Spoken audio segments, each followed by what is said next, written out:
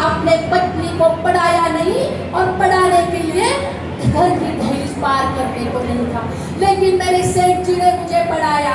ऐसी समाज में पढ़ाया जिस समाज में औरतों की सीमा पूजा पाठ और धर्माचरण यहाँ तक ही सीमित रहती है। ऐसे समाज में मुझे पढ़ाया, सिर्फ पढ़ाया नहीं तो पढ़ाकर घर के बाहर भेजा और इस समाज की परवाह न करते हुए उनके समाज कार्य में बराबरी की भागीदारी कर दिया। अब कोई बताओ मेरे सेठ जी के बारे में मैं क्या बोलूं? मेरे सेठ जी जैसे बोलते थे वैसे ही करते थे, उनके करनी और करनी में कभी भी अंतर नहीं रहा। मेरे सेठ जी के विचार अपने समय से 100 बरस आगे थे, पर ये अफसोस की ये बात है, पर ये विचार ही कहीं दिख नहीं रही है। जो भी उठता है वो सिर्फ फुले जी का नाम लेता है, जो भी उठता है वो सिर्फ फुले जी का नाम लेता है। फुले ने ये किया, फुले जी ने वो किया, क्या किया फुले जी ने? फुले जी ने सावित्री को पढ़ाया, फुले जी ने सावित्री को पढ़ाया। सावित्री पहली देश की स्त्री शिक्षिका। फुले जी ने अस्पृश्यों के लिए पानी का हौज खुला कर दिया। फुले जी ने सत्यशोधक समाज की स्थापना की। फुले जी ने बाल हत्या प्रतिबंधक समाज की स्थापना की। फुले जी ने विधवाओं का पुनर्विवाह करने का काम भी किया। अरे वो जो भी उठता है सिर्फ फुले जी का नाम लेता है।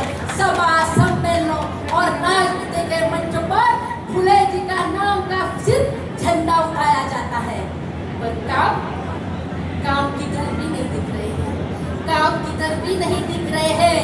समाज कार्य बड़प्पन के लिए नहीं किए जाते, समाज कार्य बड़प्पन दिखाने के लिए नहीं किए जाते। समाज कार्य के लिए अपना पूरा जीवन व्यतीत करना पड़ता है। हमने अपना पूरा जीवन व्यतीत कर दिया, इसलिए समाज कार्य का ये आंदोलन खड़ा रहा। समाज में तो समाज की बुरियां उसके रग रग में समाई होती है। समाज की ये बुरियां मिटाने के लिए एक ज्योतिराव और एक सावित्री कैसे पर्याप्त होगी?